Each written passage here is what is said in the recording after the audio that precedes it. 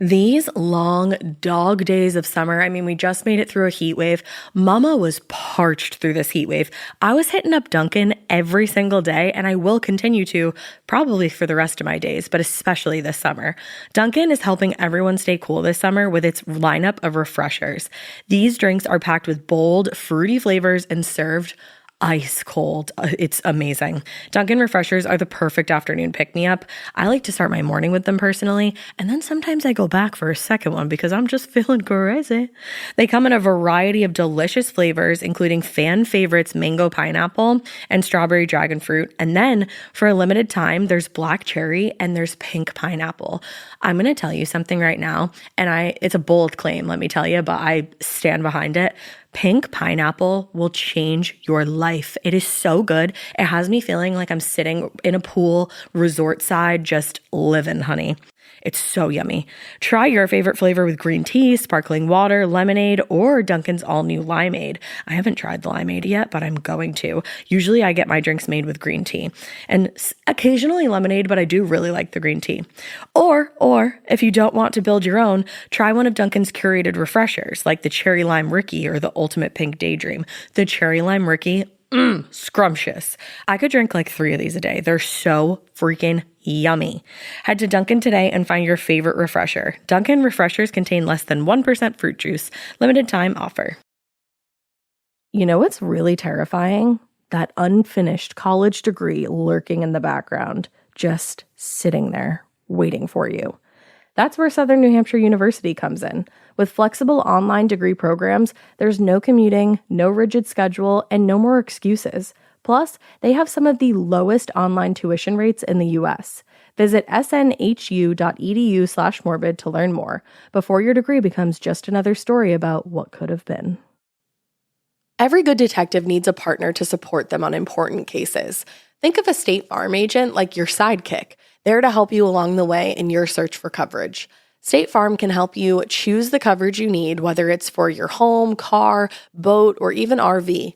With so many options, it's nice knowing you have help finding what fits for you so you can get back to solving all of life's bigger cases. Go to statefarm.com or use the award-winning app to connect with a local agent and get a quote. Like a good neighbor, State Farm is there.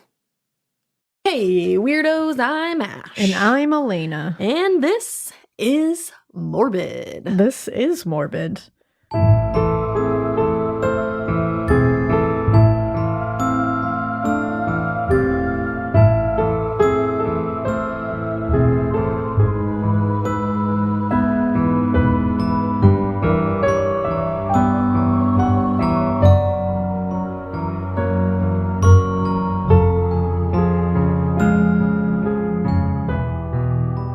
And I just said that. Man. I literally just told them what this is, dude. We're back, and it's after Thanksgiving now. Yeah, for you, it's probably like 3 probably years like way after after Thanksgiving. They're like, Thanksgiving. Thanksgiving was like 10 years ago, guys. We've yet to figure out when these episodes like actually come out. Yeah, I think this one comes out. I don't know. The It's 7th, it's after Thanksgiving. The That's all we know. the 5th, and then the 12th. I think We're living in the future right now. It's me, Xenon, girl We're of the living- 21st century. We're living in the future, and who really knows? I But have a question. what? Are we in the 21st century? Why'd you ask me that? Or is it? Oh, you don't know either. I think That's we fine. are in the 21st century. Oh, okay. Yeah. Yeah, that makes sense, right? What is the 21st century? We are, right? We would have heard if it was the 22nd. We would have heard. Like someone would have told us. Are we? Vamp. Century. What century is this? We do. Okay, that's the 2000s. I thought so because it's like 2000 is 20, and I always think that was the 20th century, but it is the 21st. Yeah, it's always like ahead. Yeah. All right. Okay. You made me question myself first. I was like, I think I know the answer to this, but I don't want to say it and get roasted. So we won't be alive in the So- next one. So yeah, so 21st century, we're there. We're with Xenon. Thought so. I'm just thinking about like life and centuries and death because we did just finish watching the last episode of Buffy for our show, The Rewatcher. So Prophecy Girl. I'm in like a weird vibe. Guys, if you're not listening, and this is not even like a plug. No, it really isn't. It's such a fun show. Like, we are having so much fun doing The Rewatcher. Yes. Go check it out because we're watching Buffy from beginning to end. Ash for the first time, me for the zillionth time. So, And we just finished the first Yeah. season. We're moving on to season 2, and that's when Season 2, episode 3, School that's a Hard. big deal. She's for excited. Me, I think so Spike comes. Everybody jump on. But no, it's actually been really fun. That's like, I look forward to that. I a do lot. too. It's really fun. And It's really fun. It's yeah, but it's morbid, heavy, but it's fun. Yeah, just like this. So here we are. We're on morbid. I had a stomach bug last week and it sucked. Oh yeah. And I feel better now. So I'm glad that we're here because I was a little worried. I was know. like, I don't think I can sit there and even talk without wanting to gag. No, I didn't forget, by the way, that you had a stomach bug because I was like, oh yeah. I just was like, wait, we haven't, like, holy shit, it's been that long. The days are blurring together. They but are. I did hear that a lot of you also have stomach bugs or have had stomach bugs or your family is having a stomach bug. Right now, it seems like it's like the thing now, and I'm sorry. Yeah. I mean, I didn't give it to you guys, but What a like, trend to hop I'm on. still sorry. I know.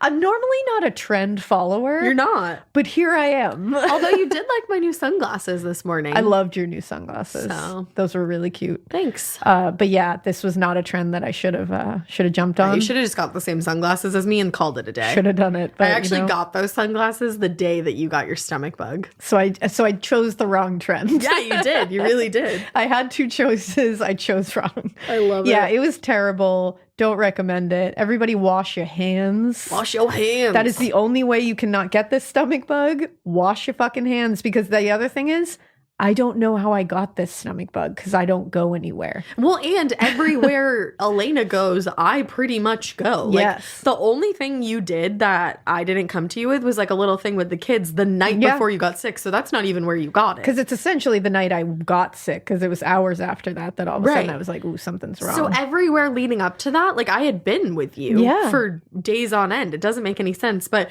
you were even saying like it could have been as simple as like a cup you drank out of that Yeah. I didn't. I always think, because it's really one of those things, especially with these stomach viruses, all it takes is someone not washing their hands And handing you something. touching that, handing it to you. You either put that cup in your mouth or you put your hand in your mouth. It's That's also as like- simple as it is. So everybody, wash your fucking hands. And there's hand sanitizer everywhere these days. You want to hear the worst thing? That's not. Neurovirus and stuff, hand sanitizer doesn't kill it.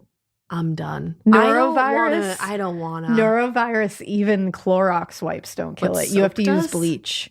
You have to use soap, and you have to wash your hands for at least 20 seconds to start killing it. What? Yeah.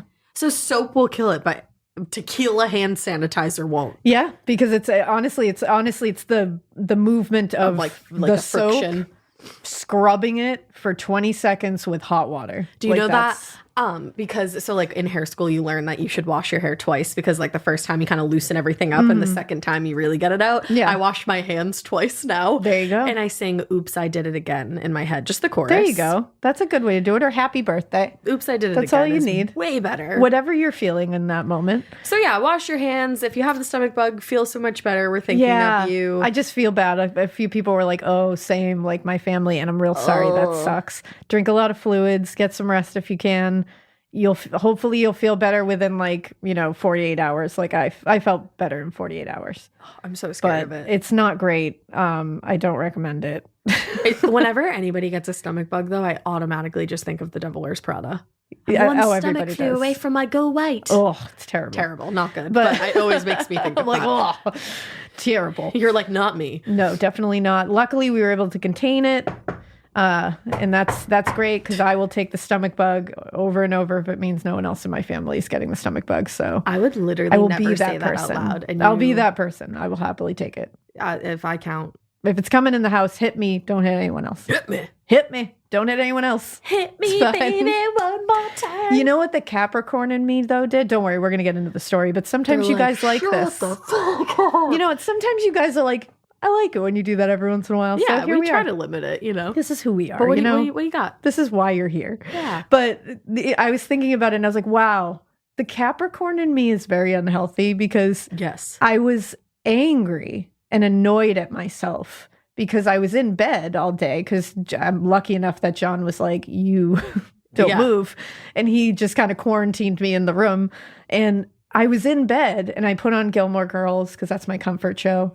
And I'm just laying there and I had my iPad, my little like laptop iPad thing in front of me. And I was like, oh, you should you should work. Like you have all this time. That's not healthy. You have uninterrupted you should go to time right therapy now. for that. And I was like, oh, so I opened the thing and I'm like, I can't even look at the screen without wanting to throw up. No. And then I had this pounding headache from dehydration. But I still am thinking about those wasted, uninterrupted hours that I didn't do something productive.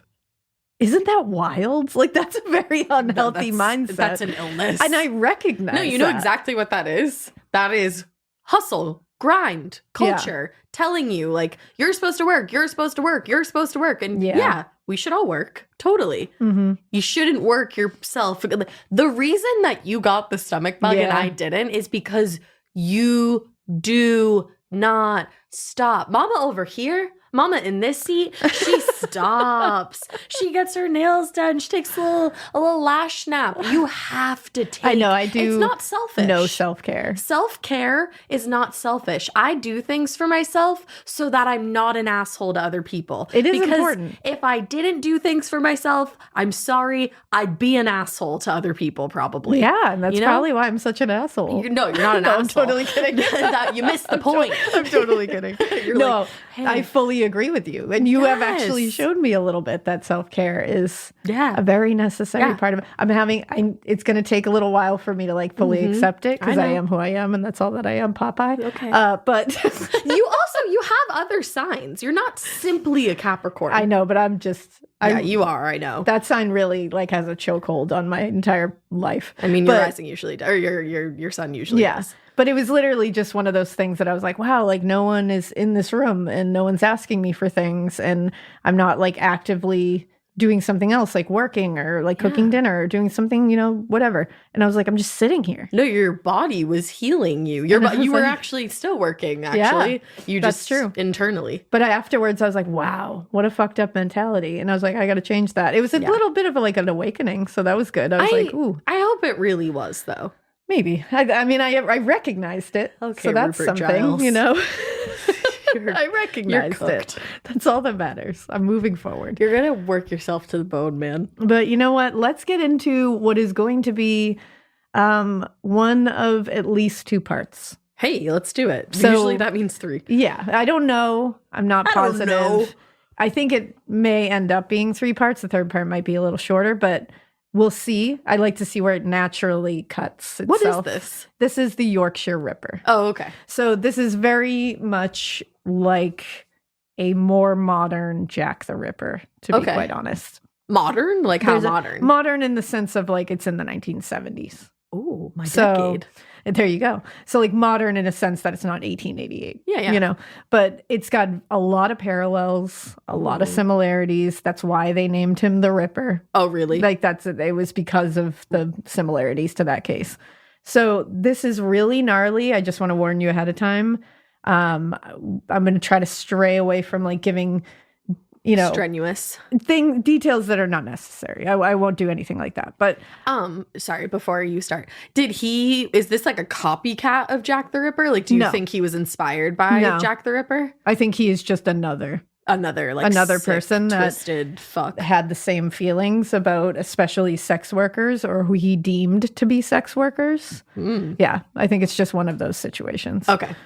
So we're going to be talking about Peter William Sutcliffe, who was born on June 2nd, 1946. Oh. That would make him a Gemini, am I correct? It would indeed. Look at me, I'm learning. You are. He was born in Shipley, West Yorkshire, and his parents were John and Kathleen Sutcliffe. His father was a baker. His mom stayed home to take care of the 6 Sutcliffe children in the house. I wanted to make a joke that she should have been a candlestick maker, but then I got really I was like 6 children. Whoa. Yeah, you got really thrown off there. That's crazy. Now the family was pretty run of the mill, average, normal, working class family by all accounts. They did have their fair share of goings on later. Okay.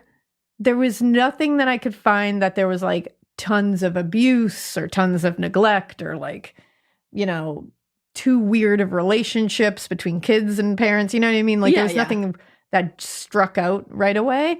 There was one big thing though that happened that was handled in a very fucked up way. Oh. And we will get to it. Don't worry. Regarding Peter, I'm assuming. Yeah, with Peter and his parents. Okay. So by all accounts as well, the Sutcliffe kids were pretty well adjusted. They did well in school. They had lots of friends. Some of them played sports. The neighbors liked them. They never caused any trouble. And Peter's brothers especially were all the kind of like really picture perfect, like 70s macho man type. Like they just fit. Macho man. It's what you picture when you sing that song, like the mustache, the like the porno stash. Yeah, it's just like you can see them. You can see them. Yeah. You're picturing them right now. They were all like that. The dad was like that. Yeah. So there was more of a bond between his brothers and the dad because of that. They had that shared, like, we're macho men kind of things. Now I'm just like watching Dazed and Confused in my head. There you go. This is very different. But Peter was not that like classic macho guy. He just wasn't. And he wasn't like the exact opposite or anything. He just like wasn't that. Did he get kind of left out? So I think he just didn't bond as much with his brothers or with his dad. Okay, it just kind of didn't did his happen. own thing. Exactly. But Peter was the oldest. He was pretty smart. He wasn't a genius. He wasn't really struggling that much either when it comes to like intelligence. He was just like there. But he also didn't really apply himself. That's a Gemini characteristic, There my you go. dude. He didn't put forth a lot of effort in school, so he didn't do well. It wasn't because of lack of smarts. He just didn't put forth the effort. We're a little flighty. He was also a kid who really liked his routine. And when change happened, he didn't handle it super well. That's interesting. Yeah. He had a lot of difficulty adjusting to changes in his perception of things. Okay. And as he got older, that got really hard because you have to adjust to life's changes as you get older. Changing all the time. Because I'm not great with change. So I like my routine. I like things the way I like them. When things change, I get like very stressed out. So I understand that. But like as you get older, you do have to adjust to certain things. I crave change. Ooh, I don't like it at all. Because I'm so chaotic. When things change, I start feeling like an existential crisis. Oh, see, I also have like Sagittarius in my chart, which makes me want to just like change all the time. Just change And everything. then Geminis are chaotic. So change. Chaos. But he was known in the beginning to be kind of a loner, very detached from his peers. That does change a bit as he gets older. He does evolve somewhat. Okay. He becomes less of a loner, I will say, but he still is very detached from like the normalcy of a relationship. Probably because he sounds like he might be a sociopath. He is. He is a serial killer. So there's That's that. what I'm saying. But even at home, he was pretty quiet and really shy when he was younger. He really only liked to be around his mom, Kathleen. He really bonded with her, which in and of itself, that's not a big deal. Kids bond to their parents in different ways. But we're talking about a serial killer. So it takes on a little more of like and a serial killer who targeted women. Yeah. So Do you think anything stemmed from that, or are you just going to get there? yeah, there's a couple of big things that I think probably he obviously already had something in there. Yeah, of course. That was brewing, but there's a couple of things that changed the way he mommy looked at issues. women, I would say. Okay. Now, Peter also wasn't really interested in dating or a sexual relationship when he was a teenager. Like whatever. That's just something he was. I don't know if he was asexual. I don't know what the deal was with that. Yeah. He just wasn't interested in it. Okay. And honestly, I don't think it really has any bearing on anything. I think it's just like a normal stage of development where you are or you're not. Yeah. You know? Well, and I think people probably look harder at it because they want to point to something. I was going to say, I think it gets put in there as like, oh, and look at this. He didn't like, that's think not that happens a normal. lot, And it's yeah. like, I don't know. You don't even know what's going on when you're a teenager, you know? No. Like you're either interested, you're not. You don't know what you're interested in. Yeah. You're like trying to figure everything out. You're maybe just coming not, of age. You're not concentrating on it maybe because you're not having luck in that area or you're shy and you don't want to deal with it. There's a lot of different explanations. So I always think like that kind of stuff. I'm like, I know we have to like throw it in there as like, well, that's something too. But like in the grand scheme of things, I don't really think that had anything to do with anything that happened later. But it's just a fact. Now, he, instead of dating or doing those kind of things that a lot of teenage boys his age were doing, he spent his time very interested and excelling really at mechanical endeavors, like fixing cars, motorcycles, things like that. He was really good at it. That was something he finally figured out that was something he was good at. He kind of put in some effort because he enjoyed it. Right. He was doing really well. And by the age of 15 in 1961, And he actually left the traditional school system and started as an apprentice engineer with Fairbank Brierley, which was a local engineering firm. You hear that? It's like when we start to talk about the childhood and like something goes really great, I'm like, yeah. Yeah, and you're then like, I'm great. no. And then you're like, no. But what a waste of a mind. It's true. Because when you hear the childhood part of it, you're like, fuck, you could have gone such a different way. Right. Like, what happened? So sad. So that seems great, like we said. But, he doesn't apply himself, remember? Right. Even like he likes this, but he hasn't really had to prove it to anyone at this point. He's just doing it for fun. Now he's got to prove it to someone. And he's got to gonna put forth the effort. When he had the chance, he just didn't do it. He didn't put in the effort. He didn't apply himself, and he left the program after less than a year. And he never reached the title of apprentice. Aw.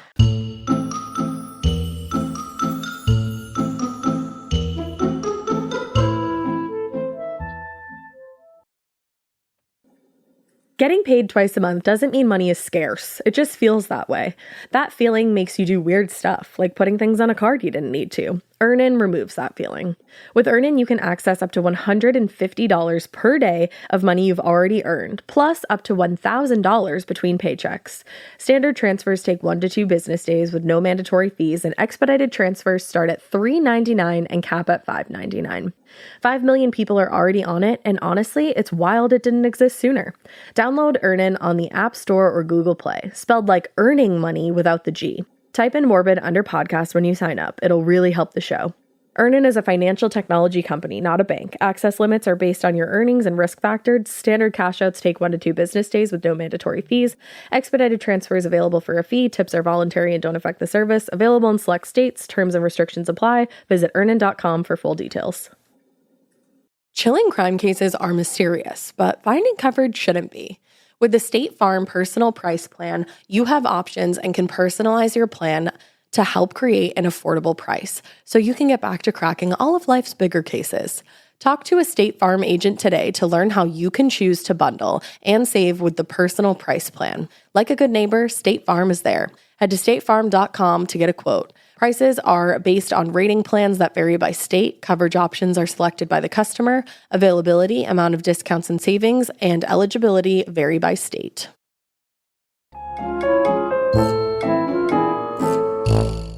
So by 16, now he had left school, and now he had failed to excel in the apprenticeship. But somehow he was gaining a bit of confidence in his personal life. Okay. I guess career didn't really I guess his father later thought it was probably that this was when he got his first motorbike. He could finally excel at something because he was really good on the motorbike. Yeah. And it was something that, again, he didn't really have to put effort into, but he liked it. And he could if he needed to. He seemed like he didn't really like authority. He didn't like being told he had to do something. This translated into him finding some peers to hang out with because he was gaining this confidence. And he started working on his physical appearance as well. He was like, you know what? He joined the gym. He's working on his fitness, starting to grow into his features a little bit. That's probably where the confidence is coming from. He's getting out of those weird, awkward stages. And he even attempted, which I thought this was so strange and random, and I just had to throw it in here. He attempted to form a pop group at one point with some guy friends in the 1960s. What? Just wow. That's wild. I just had to put that in there because he tried to form a pop group. We almost had a pop group with Peter Sutcliffe in it. That's a lot. I wonder if he would have had luck if it was disco. I know. And it's maybe if that had taken off, would he have become what he became? It would have been a very different story. Would it be a different path, or would it have come out anyways? Yeah, we don't know. So he could not, however, hold on to any type of job. Unfortunately, the pop group didn't work out, in case you were wondering. But he was a classic case of just can't hold one down for even a minute for a myriad of reasons. He would get fired. He would do something shitty and never show up again, or he would just never show up again, leaving the job perplexed because everything was going fine. He was spending all his time on his looks and on his newfound confidence, and then he just started abandoning anything to do with a career. It wasn't so he became very self-involved. Exactly. Now, in 1965, he finally found one that seemed like he was going to stick with for a bit. And it's not surprising in hindsight when you look at it. He got a job as a gravedigger at Bingley Cemetery. He had a pretty strange record there because he worked a couple of other jobs around the cemetery too. Mm-hmm. For one, he was pretty good at his job and didn't have too many official disciplinary citations against him, aside from being terminally tardy. He was tardy all the time. He was tardy for all the parties. I knew you were thinking of it. I actually wasn't. I You was weren't. thinking about how I am also always tardy, and now I'm wondering if that's like a star sign thing. I also thought about that when I Yeah. wrote it. My first job, I got taken up into the office, and my boss was like, "You've been late 23 times in a row. Damn. Like, you got to stop." And I was Yeah. like, "Yeah, like I live down the street, so it's hard to get here. Yeah, it's really hard to get here from down the street. I gotta get my coffee." Yeah, but he didn't really have too many, like no disciplinary stuff, just you're always late. Yeah. But on the other hand, his coworkers said initially he was pretty normal, didn't really bother anyone. But as they got to know him, they saw that he had like a real obsession with death. Not Oh. like, hey, I work at a cemetery, I'm kind of obsessed with death kind of thing. Yeah. They said it was far beyond this, and it made them all very uncomfortable. Oh. To make things worse, it didn't just end in a fascination. He would sometimes open the caskets before burying them. Oh, you can't do that. just to look at the dead bodies. no, that's like No, voyeuristic. that's weird as fuck. yeah. He would even steal bones from the older graves, and he would use them to prank his coworkers Jesus. and also random girls. Also, around the like school. you're fucking with something you don't understand, Yeah. boyfriend. When he wasn't stealing their actual limbs, he would even sometimes allegedly steal jewels and valuables from the dead when he did this. So he's a grave digger Yeah. and a grave robber. Exactly. Fucked up. His coworker, Tom Nixon, said, quote, but it soon became obvious what was going on. Someone was having a look inside the coffins when the relatives had gone. Jesus. So it would be after the wake.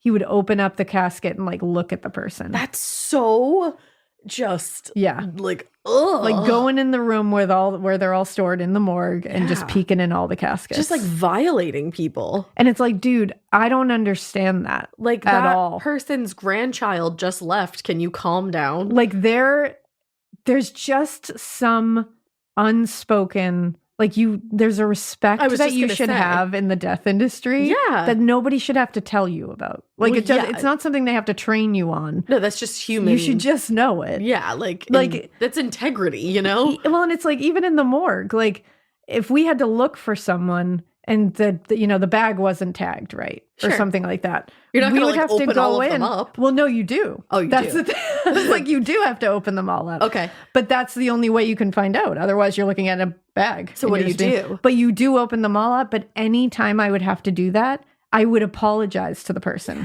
Yeah. Every time I opened that bag, I was like, I'm so sorry. And then I'd have to close it if it wasn't the person. Like, I'm sorry, Yeah. I am not just looking at you. because you have a moral compass. And you feel like you are inherently doing something almost wrong by opening a bag that you weren't looking for. you're disturbing the dead. So doing that on purpose just to ogle Just at them 'cause. is like, I can't even, my body wouldn't even allow me to do it. I'd feel so like, ugh, I'd feel so like shitty about it. Isn't it so interesting how morals work? Yeah. And like, I'm like, maybe he liked the feeling of that, like, You're not supposed to. because those people, like serial killers, are obviously very different from you and I. Yeah. And so their body chemistry works differently. And maybe the feeling that I get, the ick that I got Well, they when don't I would get open that. somebody and go, oh, that's not the one I'm looking for. Like, sorry. Like I can't believe I That had like to do that. rise in your chest that you're like, ooh, like that, Like that feeling. felt so like when something feels wrong. Yeah, like you're not supposed to be doing it. I think to them, that's a rush.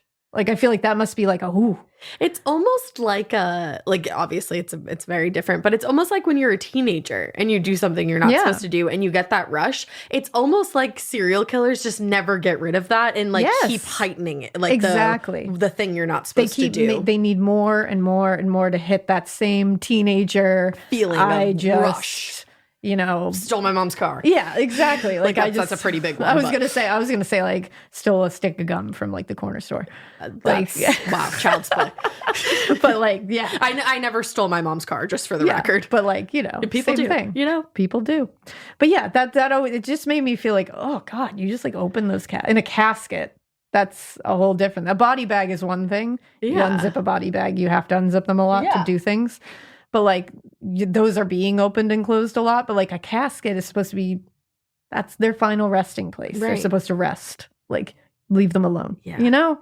It just feels like, ugh. So another coworker, Steve Close, said something even scarier about his habit of peeking and stealing from the dead. What's scarier than that? He said if Peter couldn't get a ring off a finger, he would take the finger. Peter seemed to get a real kick out of death. He would look at a corpse, touch it, and then eat his sandwich without even washing his hands. That's gross. Filthy. He was a really creepy sort of guy. This is wild to me. One day, the body of a female magistrate came in, like a police officer kind of. Peter had known her and took delight in opening the coffin. I remember to this day that he grabbed a hold of her face as hard as he could and said, "You won't be putting anyone else away now, will you, you bitch?" Oh my God. Yeah. He is deeply, deeply disturbed. To which I say, guys, that's a red flag. Yeah. So red that it became lava and it just swallowed us all whole. Yeah. That's how red that flag is. Like, no one was like, that guy. Where's HR? Something's wrong with that guy. Was there like, HR at that's this the company? thing. Like, I'm sorry. If that ever happened in front of me, I'd be like, yeah, you gotta go. Like, you No, can't honestly, be here. I feel like if that happened in front of me, I'd be like, I have to go. Yeah, like, I don't somebody work has here to anymore. go. Like, I have to go. Like, I don't, you can work here, but like, I'm leaving. That is outrageous. I feel like after watching that, I could never be around like a dead body that again. would stress me out a lot. Because I feel like that would just it would make you think of it. Yeah. Also you. I wonder if you said, wash your fucking hands. Wash your hands. buddy. There's like embalming fluid Wash and your shit. hands. Like you're gonna get hurt. Yeah. Which like, I mean, Ooh. you're playing with fire. But yeah, that's like, what the fuck was everyone doing when he said and did this is what I want to know. And that's not normal. I love that we both had the same also Right? at the same moment. That was great. That's so much rage and so much callousness that that's a lot. Also, and he hadn't even been arrested yet. It's like, why are you Yeah. mad at this woman? Exactly. Now, there was also the fact that he would just talk about necrophilia like it was, like the new Marvel movie. He would talk about it just like, hey, have you, Was ever- he? Well, I don't know. No, he just would throw it into casual conversation Yeah, like feel it like he belongs was. there. And everybody was like, that's not a joke, first of all. And second, like, what the fuck, dude? Like, this isn't a funny joke. Like, what are you doing? You know, there were people that were like, do not put me on shift with him. Oh, I'd be like, you better not put me on with Peter. No, I'd be like, I would refuse. No. By 1967, everyone had enough of his shit, luckily, and his complete disrespect for the industry he was a part of. And luckily, he was also a perpetually tardy piece of shit, so they were able to fire him for that. Good. It worked. Now, unfortunately, his disrespect for the death industry didn't keep him from still gaining jobs in it. Oh. He soon got a job as an assistant in the mortuary at Croft Road in Bingley. So now he actually got more one-on-one time with bodies and actually got to touch them now. In his new position, Peter was basically receiving the new bodies, washing them, preparing them in every way, man. and any other tasks that the autopsy technicians required from him. And that can be a lot. I was gonna say, what can you give us any example of like what that might be? It's basically just the autopsy technicians would be the one like opening, doing everything. But if you needed somebody to like sew something back up, you could ask him to sew it back up if he knew how to do it. Wow. So he gets a lot of time, or like, hey, go wash this organ. Can you take this and go bring it over there? Yeah. Just touching things, like having his hands on a lot of stuff. That he finds Yeah. different than you do. So during this time, he was still living with his parents and was still not at all really interested in socializing outside of his tiny little group that he had. He was very lonerish still. He would spend hours alone in his room, not coming out, not speaking to anyone on the phone, in person. I'm sorry. That's weird. Yeah, that's when you can at least be like, what's going on? Yeah. I shouldn't say that's weird. I should say that's cause for concern. That's cause for a lot of concern. like if I feel like if that was going on with me, I'd be like, like we got talk. Yeah, and he's like, this is like late teens. It's like, what's going on here? Yeah, like I know, of course, spending a lot of time in your room, but you got to come out. Yeah. Now, weirdly, during this time too, he got super obsessive about his sister's moral welfare. What? And would often become annoyed and angry whenever men would pick her up for dates. So he became like obsessive about his sister. Where did that come from? Yeah. There was also a lot of mentions of him talking about work a lot and people thinking it was gross. Like that's all he wanted to talk about was work. Yeah. If you, well, it's again. gross. It's gross where he's coming from because I'm sure he's talking about it in a like, let me just like freak you out kind of way. Exactly. Like, because I'm getting a weird feeling from it, 'cause like he's looking at it in a totally different way. exactly. He's not passionate about his job. It's not like, wow, guess what I got to do today? It was like really fascinating. Exactly. Like I learned a lot. And It he's was, not like, looking at it from a scientific point of view. Definitely not. But now he's doing that. That's really all he wants to talk about. which is like throwing people off. He's obsessive about his sister and her dating habits. Which I also love that he's like, I'm really concerned about her moral compass. Yeah. Mom, can you actually throw this finger away yeah, from me? like I took the jewelry off of it. But you good, bro? So one of Peter's only close friends was an 18-year-old named Trevor Birdsall, who he met in 1966. He ended up meeting another close friend this same year, but we'll get to her too. Okay. Because she becomes a very big part of his life. Now, between 1966 and 1972, Peter and Birdsall spent a ton of time together. Basically, whenever he wasn't working the cemetery or holed up in his bedroom, they were together, drinking at pubs in and around West Yorkshire. Now, Birdsall testified later at Peter's trial and said, quote, that's not what he said. I don't know why I'm reading it that way. They had both spent there you go. I had a feeling that's what it was. Watching sex workers soliciting in Leeds and Bradford. And they had taken part, or they would just watch them work. He said there were a few occasions where he seriously believed that Peter had assaulted or possibly done worse to sex workers in Leeds and Halifax. Oh. But no, he didn't do anything about it. I was like, Trevor. Yeah, I was like, so you still go hang out with him and like watch? Yeah, like sex why are you workers? hanging out with him? I don't understand. But you think he's dangerous to that population? Cool. Yeah, like they ended up stopping. Kind of their friendship ended up stopping in 1972. So not too long after that, like years after. But like Trevor got married, and so he wasn't into chasing. And his wife was like, "Get that man out of here!" And you're not going to the red light district. She was anymore. like, "You are the company you keep." Yeah. My friend. Now, the second friend he met in 1966, who I mentioned before, a woman, was 16-year-old Sona Zerma. He met her doing what he loved to do, which is hanging out in a pub. And about what age is he at this point? He was 20 at the time. So, and this was in a pub in Bradford. That's not okay. I'm here to tell you. That's what I'm saying. Apparently, he and a 16-year-old really hit it off. They were kind of the opposite of each other, personality-wise. Paul, at this point, like I say, remember I told Peter? you his, thank you. Peter, at this point, his personality was kind of shifting. I told you he was becoming less of a loner. Yeah. At least outwardly. He was getting a little mouthier, a little abrasive, kind of over the top at times. He would say things to freak people out. Like he was becoming that kind of guy, which like, wow, what a great guy. Yeah, no, thank you. We all love that guy. That's why you hit it off with a 16-year-old, because that's what 16-year-olds do. Well, and Sonia was quiet, she was reserved, and she was very intentional in her speech and her actions. Peter was obviously not into school or applying himself with no real goals or aspirations of any kind. And Sonia was excelling in school and had dreams of becoming a teacher. Good for her. And she was very solely focused on it, to a fault for herself at one point. Now, they had a strong bond immediately. They spent a ton of time together, and people around him felt like he was very much in love with her. And they started to date. Oh. Now, for the first of the traumatic events that I had mentioned that is going to shape Peter's outlook and view on women, in 1969, that year, 1969, was a real banner year for Peter. Usually when you say that, that's not the truth. Not great. So this year, it was discovered that his mother was having an affair with the neighbor. I had a feeling that was going to happen. Yeah. His father found out and decided to publicly humiliate her in front of her children and strangers for it. What did he do? It was bad. He found out where they were planning to meet at a hotel, and he had the entire clan show up, all the kids ahead of time. He set them all up and himself to meet her when she arrived. And then he yanked her purse away from her and pulled out the brand new nightie that she had bought and showed it off to her kids. She was humiliated and devastated, and it was horrific all around. Oh my God. Yeah.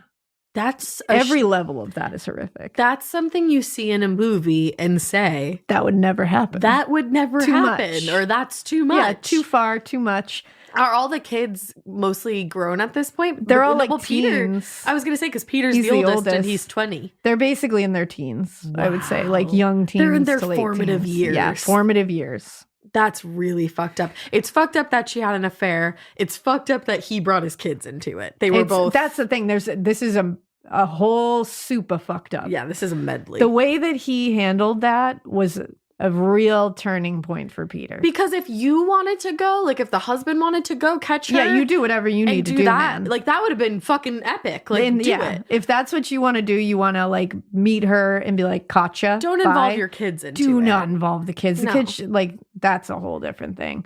And worse yet, remember, Peter had really attached to his mother. Yeah, he was really early close on, with her. Closest to her. Not with his dad. He saw her as an untouchable beacon of goodness. And now his father had cruelly shown him that she was not the perfect goddess that Peter had always thought she was. This also made him feel even more disgusted by women because he was obsessive about sex workers too, and he had put them on a lower level than regular women. That was what his whole thing was with Trevor. They would go and just cruise down there and just watch these women. And they just formed this like absurd opinion about them and what they thought they were. It was like, I feel like I'm watching White Lotus right now. It's so sick and gross. And so now he sees this, and he's already given himself this disgusting portrayal of women where and like women, sex workers, anybody who he deemed to be below him, which was like everybody. And now he's looking at his mother that way. And so it's like, this is really shaping a lot. And now he is also being shown that, so these subhuman women can be punished by cruel, humiliating, and dehumanizing methods. And it's okay. Because my dad did it. Oh, no. And even if you're supposedly love them, it's still okay. Oh, I'm so nervous. That's a bad message to send to anybody, really. Yeah. A psychologist should have been involved with this family. Yeah. Remember back then when everybody was like, psychology's bad? No psychology. I hate that.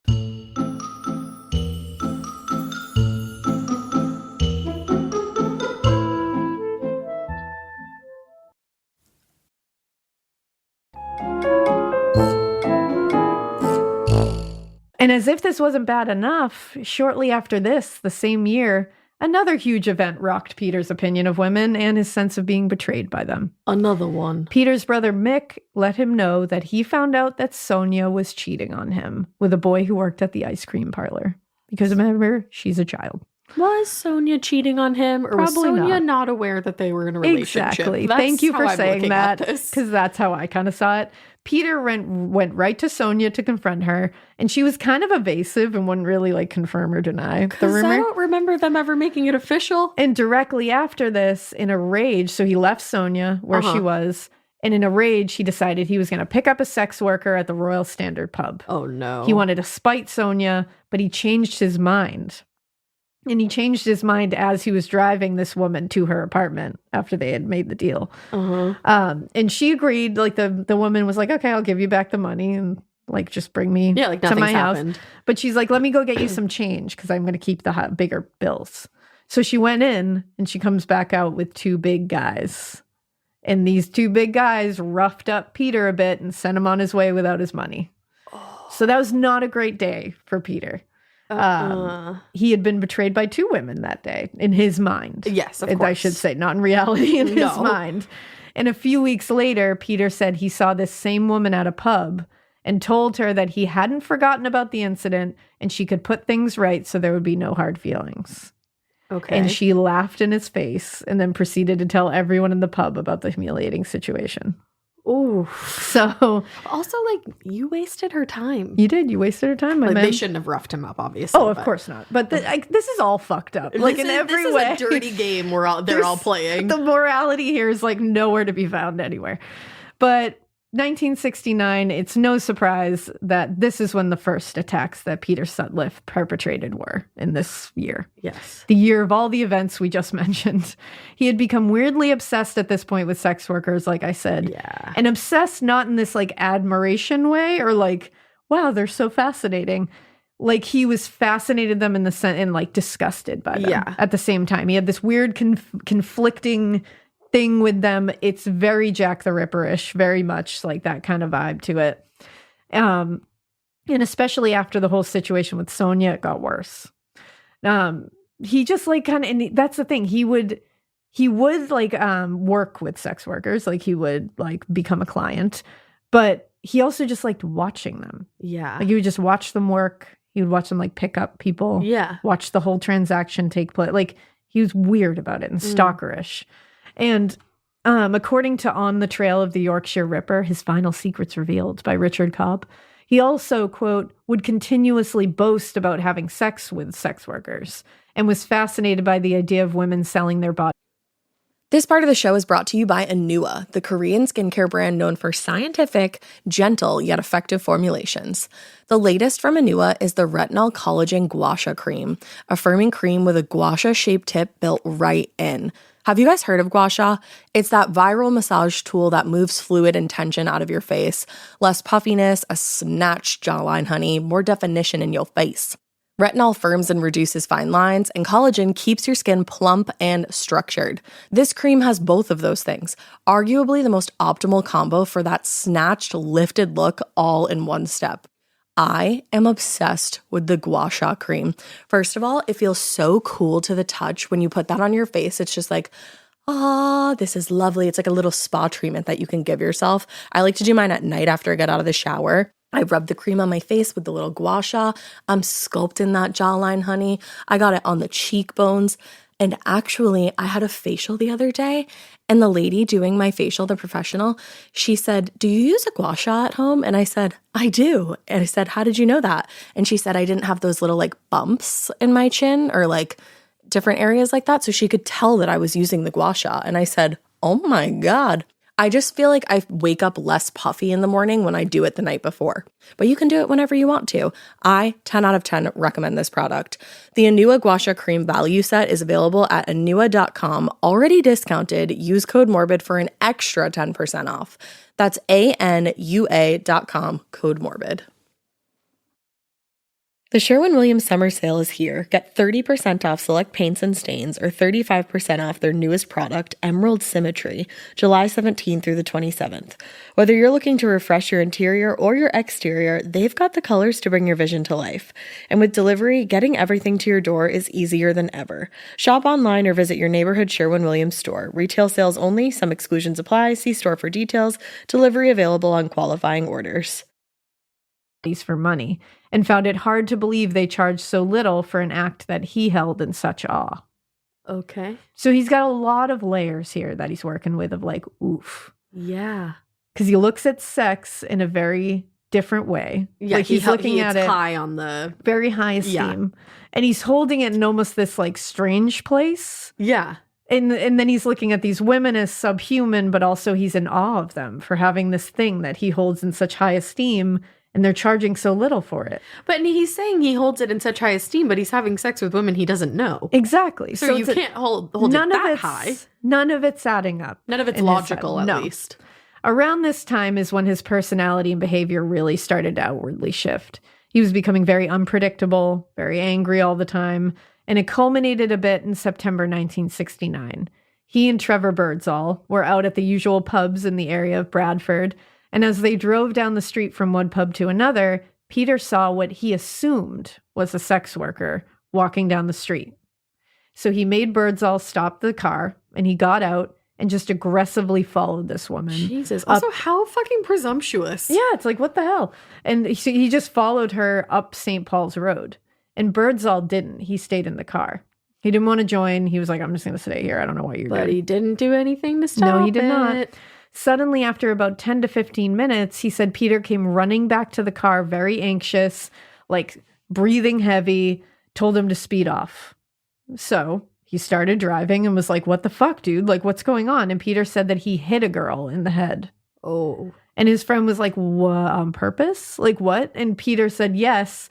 And he said he put a rock in a sock and he had swung it at the girl's head as hard as he could. Oh my God. He then proceeded to take the rock out of his pocket and throw it out the window.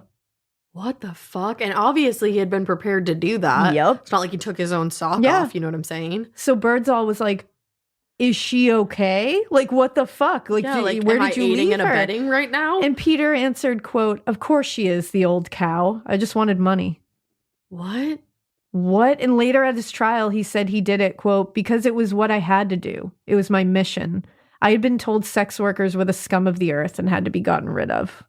No, nobody told you that. And it's like, shut up.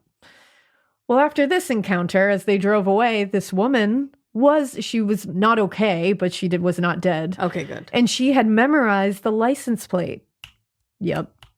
And she had gone to the police. So a few days after this, police showed up at Trevor Birdsall's door because that license plate is attached to his car. It's like, I would literally pull over and be like, get the fuck out of my car. Yeah, I'd be like, you need to get out. Yeah. But he explained, I was in the car. I didn't see what happened. He just told me it happened. He's kind of kooky that way. He says weird shit. I didn't know if he was lying to me. I never saw her. Like, that's it. But he's like, I did see the rock. Like, but I don't know. That happened. Yeah, he was like, that's all I know. My God. So he gave them Peter's address. He was like, you go find him. Go talk to Peter. And they went and talked to Peter. And Peter was like, oh, yeah, I did. I hit her. And he was like, but with my fist, not a rock. What? And they said, okay. That makes it worse. And then they left with no other issue. What? Just talk to him about it real quick. Oh, you hit her with your fist. That's okay. Bye. Have a good day, sir. Oh. Yeah. So now he's gotten away with this without even with being caught. Like, he was caught. And he was like, yes, I did that. I hit her. And they were like, okay. Oh. And so now he's seeing from authority figures that I can get away with this. That's okay. Yup. You can hurt a sex worker. Like, who's y'all. just minding her business walking down the street. He's getting these messages. Mm-hmm. Oh, this is okay. Mm-hmm. I can do this. Remember, I can punish women. I can do it cruelly. I can dehumanize them. And now I'm hearing, oh, I can physically hurt them and I won't get in trouble. Nothing's going to happen to me. Cool. Let's go. What the fuck? So a few weeks after this, a police officer was just doing a beat walk in the Manningham area and saw Peter's car parked on the side of the road and his engine was on. So he was walking up to the car to just be like, you good? And he sped away before he got to the window. So this officer's like, what the fuck was that about? He's like, that was weird. Yeah, that was a little weird. So this same officer saw this car again shortly after this, but it seemed like it was parked intentionally to be hidden a little bit. Okay. And it was alongside 2 row houses and it was empty and the engine was off. So he went looking around a bit and found Peter hiding in the bushes holding a hammer. What? And he told them, he was like, oh, yeah, like this. The reason I have this is my hubcap came off and I was using the hammer to bang the hubcap back on. In these bushes, away from my car. Yeah. No one believed this shit. Luckily, the police officer was like, yeah, I don't believe that. I really thought you were going to say that. They're like, okay, have a good one. Have a good day, sir. I wouldn't have been shocked. But he was really close to the row houses and it was clear that he was trying to hide his car and he was hiding in a bush. So they were like, with a hammer. No, I think you were trying to break into those homes, sir. Pretty sure. I think we know what's going on here. So he was arrested, but the officer didn't search him. Oh. Just brought him in and didn't realize that along with the hammer, he also had a giant knife on his person. Oh my God. So he was fined 25 pounds for a misdemeanor and just let go. Okie dokie. The police report doesn't even mention the hammer in it. Why? Police officer forgot. Oops. Yeah, you know how it's just like everyone has a hammer, so it's just like so commonplace these days. Are you okay, police? Definitely not. Are you all right? Not those ones. Later at his trial, Peter said his intentions that day were to murder a sex worker, and he was interrupted. We know. He was like, "Oh, that was my intention. They just interrupted me." He was hiding in a bush by a row house with a fucking hammer in his hands and a knife in his pocket. Yeah. Yep. Like, what did you guys think his intention was? To fucking sell Girl Scout cookies? Exactly. So I don't know if this spooked him in a way because there was a strange lull between 1969 and about 1975 where he didn't get caught doing this kind of shit at least. I was going to say, do you think it's just a matter of he didn't get caught? That's the thing. I think maybe he was doing smaller things to get his little like jollies, you know. He was still with Sonia. They were still together. Wow. And was spending a lot of his time with her. So I don't know if that was taking up a lot of his time. But in 1970, she moved to London to live with her sister, which was 4 hours away. Stay there, girl. She was continuing schooling for teaching, and she was living there to be closer. It was a 4-hour drive. Peter would drive the 4 hours to go be with her. So that was a lot of time that he was on the road, too. Exactly. So during that time, I think he was preoccupied a little bit, and he was probably doing smaller things. But Sonia was working really hard at school. And unfortunately, she actually had a breakdown because of the stress. Like I said, like to her. Yeah. I know. Rest is important, everyone. Yeah. In 1972, she had a breakdown. So she had to be admitted to the hospital. She was very unwell. She was having like hallucinations. Like it was really messing with her mental well-being. Now, Peter was her primary caregiver through all of this. Weirdly enough. Oh. In August 10th, 1974, after she was getting better, she had come out of like outpatient And in August 10th, 1974, they married at Clayton Ooh. Baptist Church in Bradford. Now I feel like he's going to take some kind of like ownership of her. You know what I mean? Well, they honeymooned in Paris, and Beautiful. then they moved into Sonia's parents' house. The good news here was that Sonia was doing much better mental health-wise, and she was able to return to the teaching program at Margaret Macmillan College in Bradford. But she was able to do this at her parents' house, with her parents helping to make sure she was Monitoring staying, her. like not going too hard and Uh-huh. like really taking her time for her kind of thing, which we should all do. Huh. I know, I feel like that was a weird little thing to have in there. Weird message. But this also meant that she is back at school. She's preoccupied. Peter has a lot of free time now. Mm-hmm. Which he And did he's not settled. have before. And now he's got free time. So he's back to cruising sex workers and hanging out in the red light district. Now he was tagging along a lot of the time with their neighbor, Ronald Barker. And Barker said they would just be out all night chasing women. Which is hilarious that he thinks that women have a corrupt Yeah. moral compass and that his sister you can't just go out got on married. dates and Sonia can't flirt with somebody at the ice cream shop. You're a married man Yeah. having sex with other women. Yep. Like, what's wrong with you? So on July 5th, 1975, Peter went along to Keeley's red light district. And after hours of staring at and just obsessing over sex workers there, he saw 36-year-old Anna Rogalski. She was walking down the sidewalk in his direction. She was on her way to her boyfriend's apartment at the time. Okay. She was just walking to her boyfriend's apartment, going down the street. He had seen her before and didn't know if she was a sex worker or not, but assumed she was. And he asked her if she was in business as she passed. And she responded, "Not on your life," which good for her. She hurried away from him because she was like, I immediately no. Got the creeps. Hurried away from him. When she got to the apartment, she was screaming to be let in and banging on the door. Oh my God. Like she was that terrified Oh, of Pete. She was like, I jeez. just bad vibes all around. Without her even hearing him, Peter snuck up behind her with a ball-peen hammer Oh my God. and hit her on the back of the head twice. What the fuck? She fell unconscious, and he dragged her into an alley where he produced a knife and cut her stomach. Oh my God. He was literally about to kill her in that alley, but a neighbor came out of his apartment because he had heard the commotion, Yeah. and Peter ran away.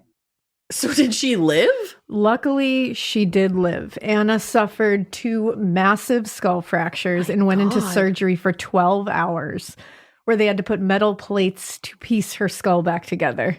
She suffered severe cognitive trauma and couldn't remember anything about the attack or Peter. Oh, I mean, I'm happy that she didn't have to remember the attack because Yeah. who would ever want to remember that? But like, damn it, fucking Yeah. Peter. Fucking Peter. So when her clothing was analyzed, they did see that there was semen on her clothing, but they did not, she was not actually raped. Okay. What we will find out about Peter, and I'm just going to say this right up front, is he likes to masturbate over women as they are either dying or dead. What Yes. the fuck? That is one of his things. So Peter had failed again to commit the ultimate act that he was trying to commit because Yeah. he was obviously trying to kill her. And he went out again on August 15th to make this happen. So this evening, he and Trevor Birdsall again went to Halifax to drink at the Royal Oak. During this outing, a disagreement occurred between Peter and a woman named Olive Smelt, Okay. who Peter was accusing of being a sex worker. He's obsessed. Why is he just like accused? Like, sir, you're not. Go away. Like, what are you doing here? Like, are you just running around accusing people of becoming being like bankers too? Right, Like, what's your problem? You're an accountant. I know it. Yeah, like what the fuck? It's just strange. So the fight ended with them both leaving the pub and going their separate ways. And on the way home, Peter saw Olive again coming out of another restaurant down the road. Now, Birdsall again was driving his car, and he made Birdsall pull over and told him that he had seen someone that he had to speak to. So he didn't tell him that it was Olive. He just said like, oh, I saw someone. I got to go run. He's like, I'll get a ride. Don't pull over for Peter. So Birdsall said he pulled over. He let him leave the car. And then he said as he was leaving the car, he could have sworn that he reached down and grabbed something, but he couldn't see what it was. Probably a rock because But- he already did that once. Exactly. Now, Peter went around the other side of the block from Olive. So he was trying to cut her off. Yeah, he's stalking her. As he saw her coming down the alleyway, he walked by her with his head down and then struck her in the head with a hammer as he passed by her. God. She crumpled to the ground and he hit her in the head a second time with the hammer. He then pulled down her pants and pulled out a knife. He then cut her in the buttocks twice. And as he did this, a couple who was parked nearby heard the commotion, and they put on their high beams at him to be like, we fucking see you. Yeah. He ran again because he's a bitch. And also, Olive had to undergo multiple life-saving surgeries, but she also survived. Wow, thank goodness. Survived with skull fractures and brain injuries. So this was another failure for Peter. Now, Trevor Birdsall saw a report of the attack on Olive Smelt the following day. Mm-hmm. And he said when he first saw it, he didn't initially think that, like, you know, they had a disagreement that night, so it must be Peter. Like, that wasn't his first thought, because I'm giving benefit of the doubt to someone, I suppose, because I don't know Trevor. You would not want to believe that your friend tried to murder a woman after you let them out of your car. But on the other side of that coin, He's already shown you have his literal true evidence colors. of him trying to murder a woman when he left your car. So like, That literally happened another time. that's the thing. If that hadn't happened before, of course I wouldn't be like, but that's literally happened. Yeah. And you know they had a disagreement, and you saw him pick something up as he came out of your car. Yeah. Guy. A little weird. He was quoted as saying, I found it hard to believe that he, as a friend of mine, could be the man that police were looking for. He I don't hit know. a woman in the head with the rock and I don't then know threw about it out that. of your vehicle, sir. Yeah. To me, it seems pretty cut and dry here. But then again, I've never had a friend who has murdered someone. So I've never had to be in that position of having to be like, it's probably my friend. Yeah. But again, to me, it's pretty cut and dry. But that's just... So moving on to October 30th, 1975, Peter was all but obsessed now with the idea of killing a sex worker, because he has not killed someone yet. Right. He went out like he normally did that night, and after having some beers at a pub near Leeds, he went driving around. And as he drove, he spotted a young woman hitchhiking on the side of the road in Chapelton? I think it is Chapelton. She was wearing a pink blouse, white pants, and a bolero jacket. And she was 28-year-old Wilma McCann. She had recently separated from her husband. She had 4 children from 5 to 9 years old, so young children. Oh. She had moved them into an apartment with her and had turned to sex work to support her family. Unfortunately, she was also struggling with alcoholism, which would be the thing that the press would mainly remember about her. Of course. Now, he stopped and offered her a ride, and she was extremely grateful. And she said she had a few drinks and was just looking to go home. Yeah. Now, once inside Peter's car, Wilma gave him directions to her apartment, and he set off in that direction. As they drove, Wilma said, you know, would you like to pay me some money? Yeah. So I'm not sure how to say that. It's a business opportunity. Exactly, a transaction. So she indicated that there was a spot near Prince Philip playing fields where they could have some reasonable privacy. And it was a place where often sex workers would take clients. Mm-hmm. So they ended up getting out and decided they were going to go to like a grassy area. She sat on the grass, and he got a hammer from his toolbox in the car. And as she unbuttoned his pants, he raised the hammer and brought it down hard on the top of her head. Oh.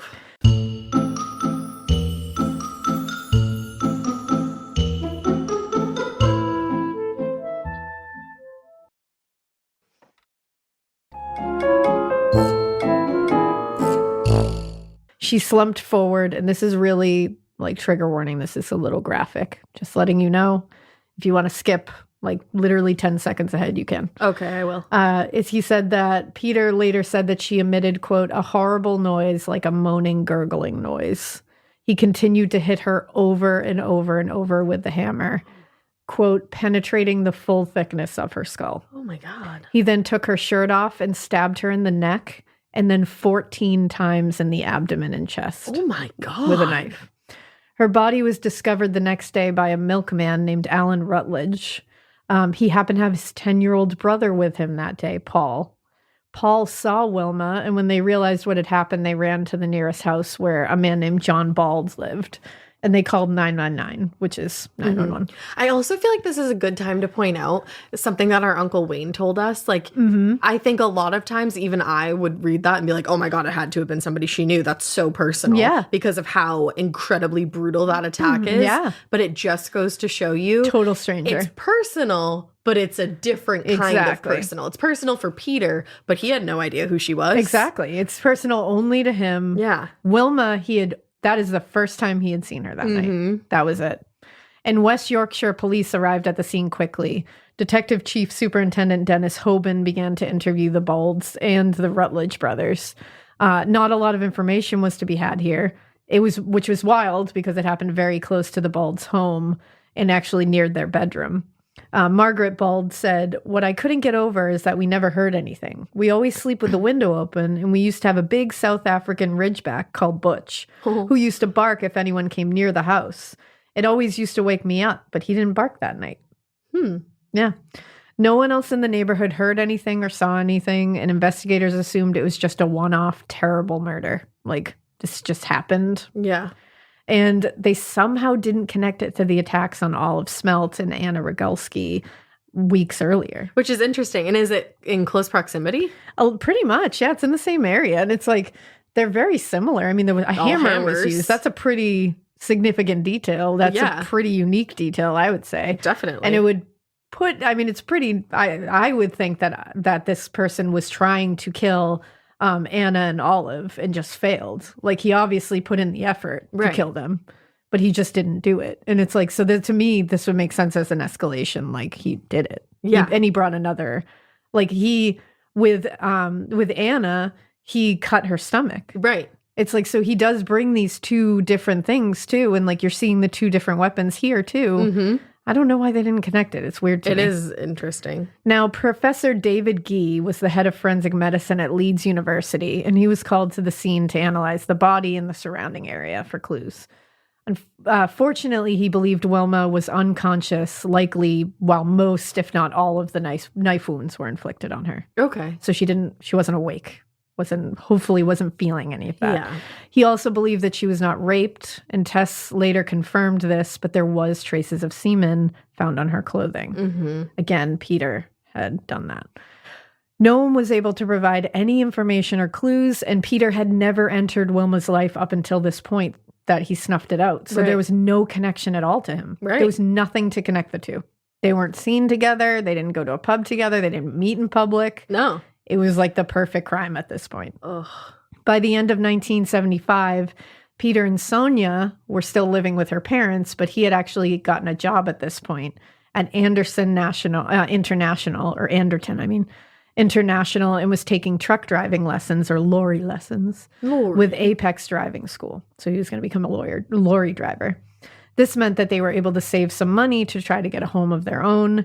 And Peter also sold his lime green Capri, which is what he had been driving, and it was very conspicuous.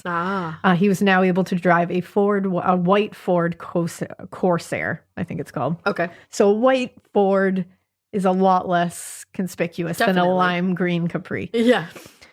Moving on to the beginning of 1976. So the beginning of the 1970s as a whole brought about a deep recession due to the oil crisis that had also hit the U.S. Of course, there were places that suffered harder than others, and crime rates skyrocketed during this time, as they often do. People are trying to survive. They become desperate. People become bitter and angry. The Chapelton section of Leeds turned into a red light district, and a lot of the activity was happening around a particular pub and strip club in the area called Gaiety. Okay. Now, January 20th, 1976, two well-known patrons and sex workers, Sydney and 42-year-old Emily Jackson, were at Gaiety.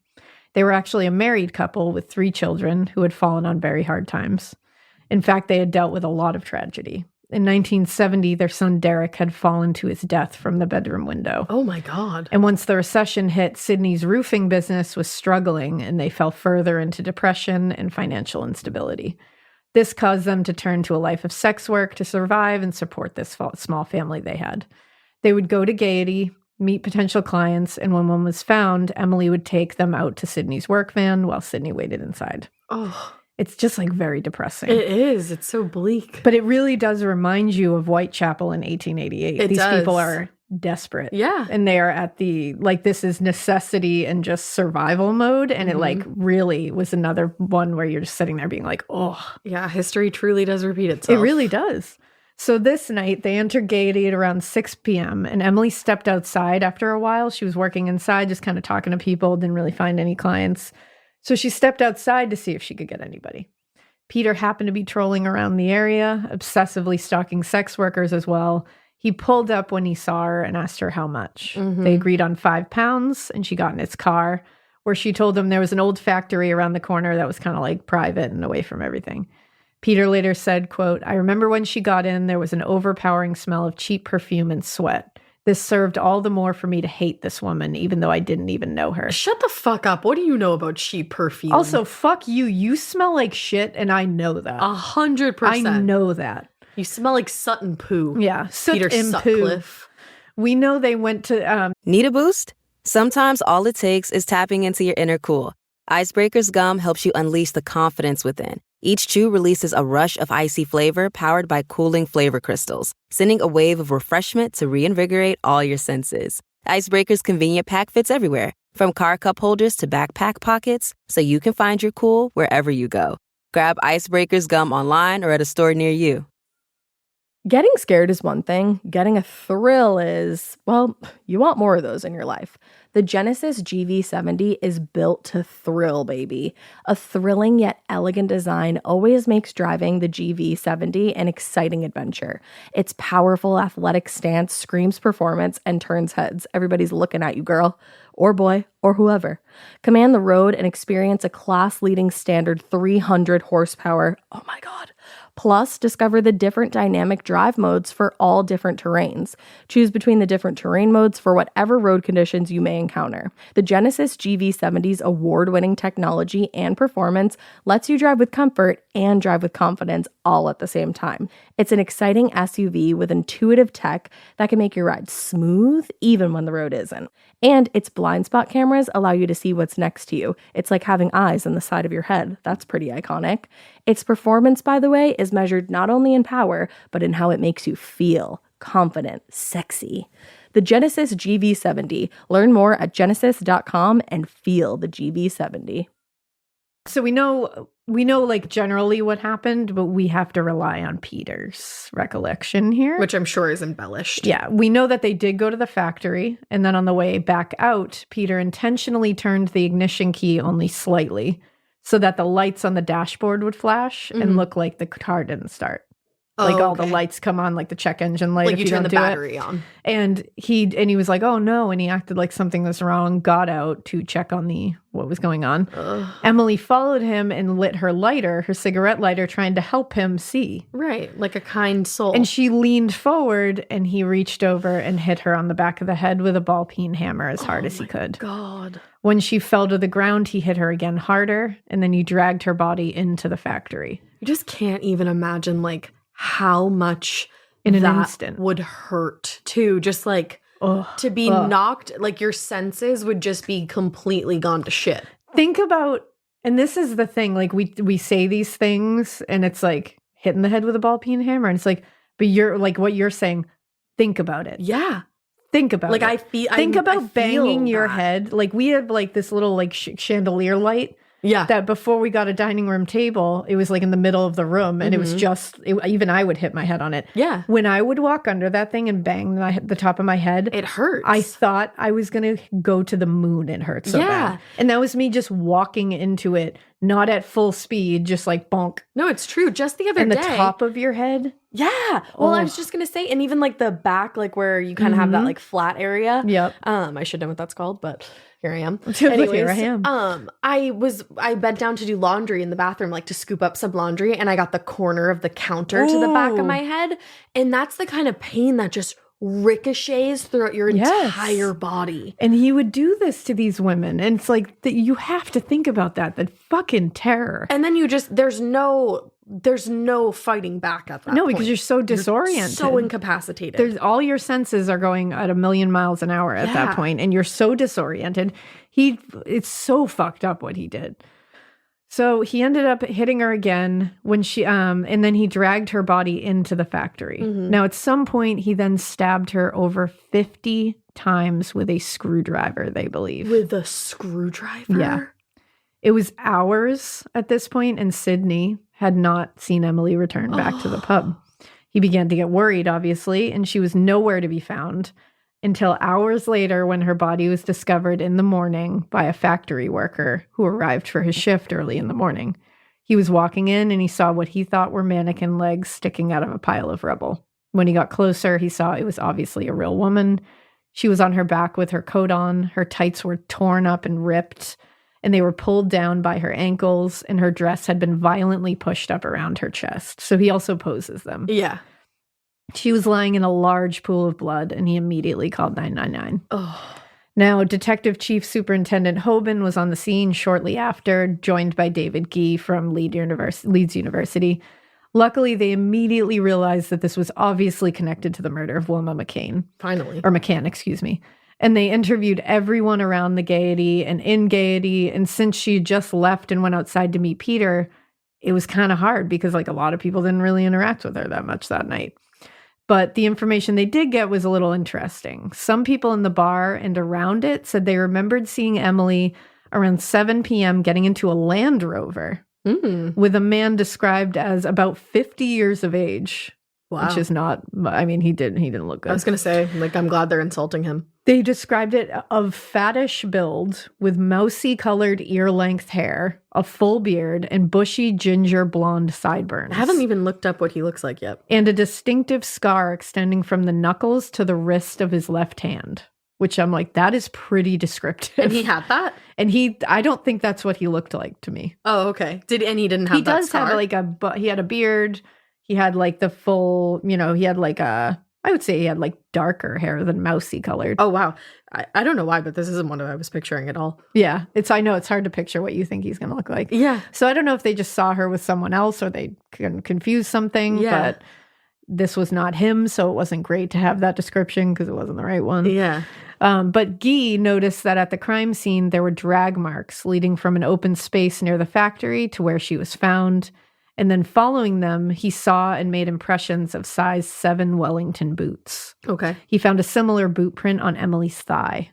So he had placed his foot on her thigh. Her autopsy revealed the brutal attack she had endured. Oh. She was stabbed over 30 times in the back, 12 times in the abdomen, 8 times in the neck, and her heart was stabbed intentionally 2 times. Oh my God. She had been hit twice in the head with a ball-peen hammer, once on the top of the head and the second on the side of the head. They found semen like the other cases and also evidence that intercourse had occurred, but they could not determine if it was consensual since she had been working that evening, excuse me. And she had been outwardly telling people she was working that night. So people were like, I think it probably was. Yeah, it could have been that. And they don't know if they don't know if it's going to be his or if it's going to be somebody from earlier in the night, Yeah.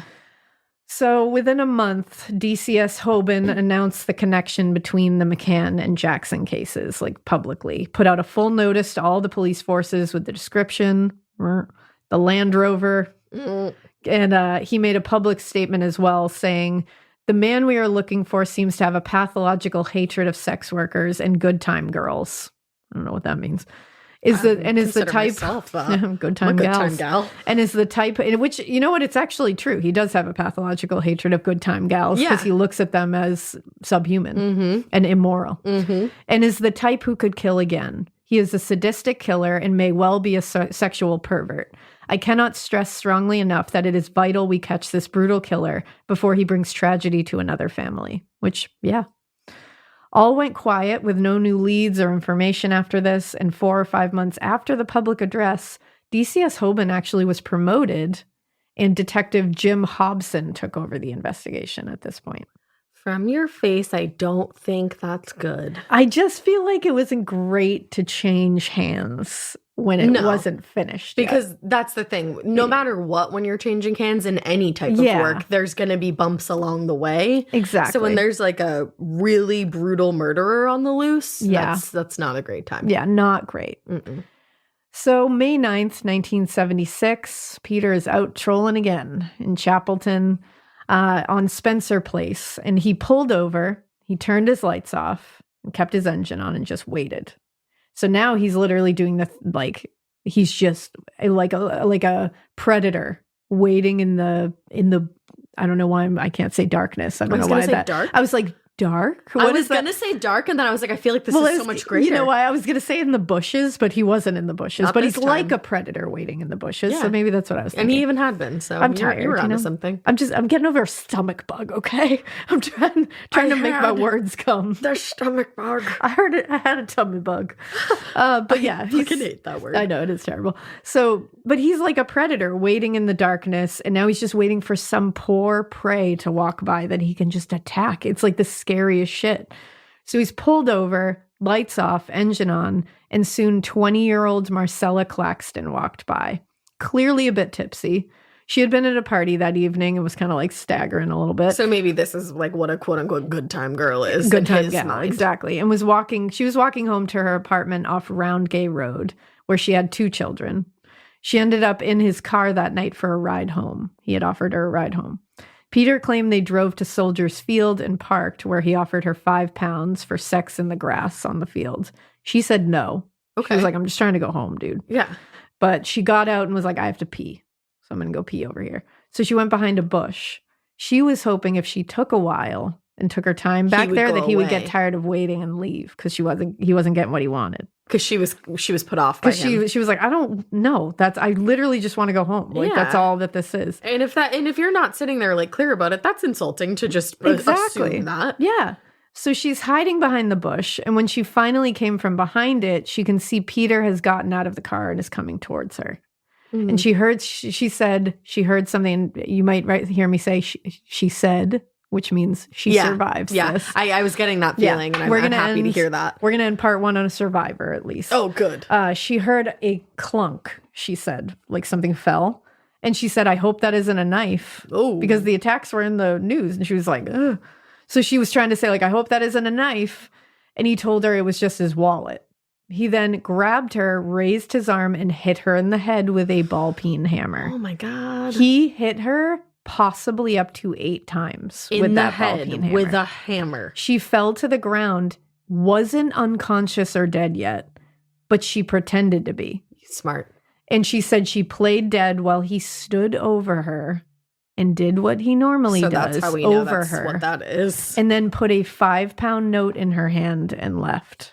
What a piece of shit. Especially where she said no. Like, that's not what I'm here for. And I think this is him being like, because he looks at sex workers as subhuman. Yeah. He looks at them as below him. That's his like fucked up notion. It really just seems like he sees women. But that's the thing. Like so that. He thinks that all women who are good time gals, especially because Sonia to him is that's his wife. Yeah. But these good time gals, these party gals out at night without their man, they might as well be sex workers to him. And I think that's the mindset here. Yeah. Is you said no to me, but you might as well be a sex worker because look at you. That's so. And I think that's his. I think you're right. I think that makes like sense. way he thinks about His this. pathology. He has a moral code that he throws on women. I think it definitely is. Some of it is formed by how his father treated his did mother. that whole thing. And I think, and obviously, I'm sure that was not his father's intention to create that. But his father didn't think that one through. Definitely not. I don't think anybody tries to create a serial killer, but no. But it's also like that was formed by looking at his mom, who he thought was, what he looks at Sonia as, what he looks at, these other people as, like the good girl, the chaste girl, the one I can count on. And then as soon as they turn, as soon as there's something off of that moral compass that he's given. In his mind, if she dips below a certain level, you're a sex worker and I can kill you now. Yep. Because now you're officially like, I can dispatch of you. And that police officer also gave him that idea when he hit who he assumed was a sex worker in the head with a fucking rock. And they didn't do anything and about it. And they didn't give a shit. They so he's like, taught bye. He's been shown by everybody that this is okay. Yeah. Now, Marcella crawled to a phone booth. God, and after she being called hit in the head 8 times. With a ball-peen hammer. And then she called for her own ambulance.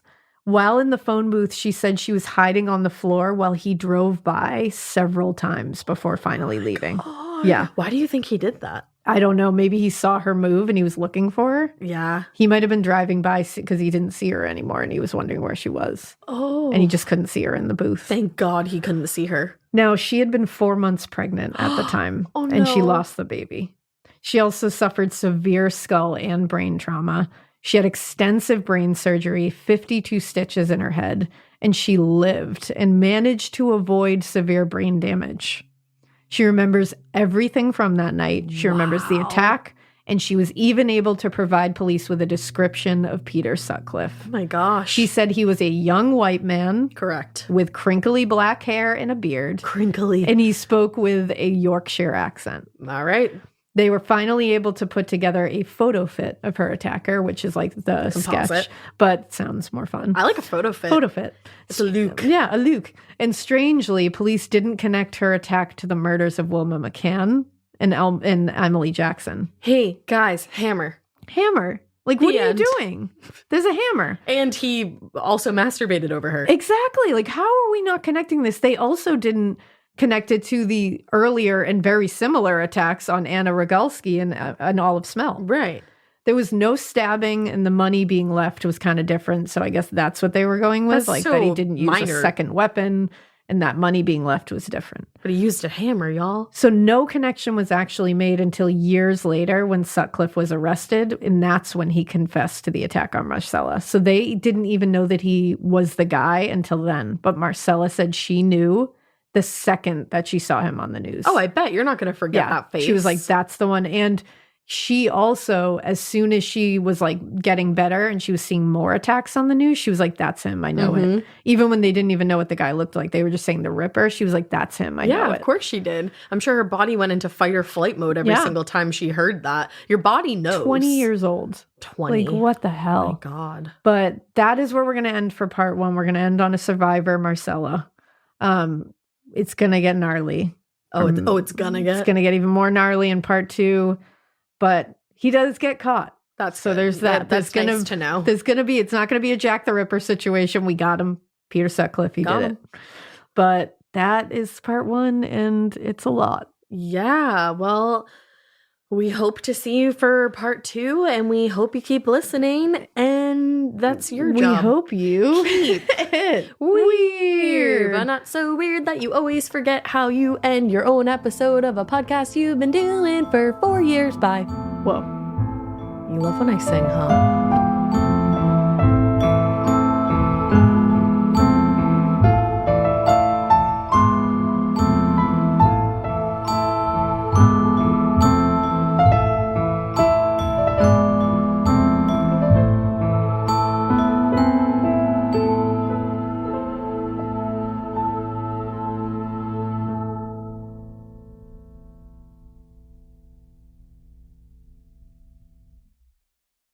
You wouldn't take financial advice from a 72 hours in a single day alpha influencer, would you?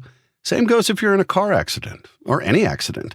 Who you choose matters. That's why Morgan & Morgan exists. They're the largest injury law firm in America, and they've built a reputation by actually winning cases, not just talking about it.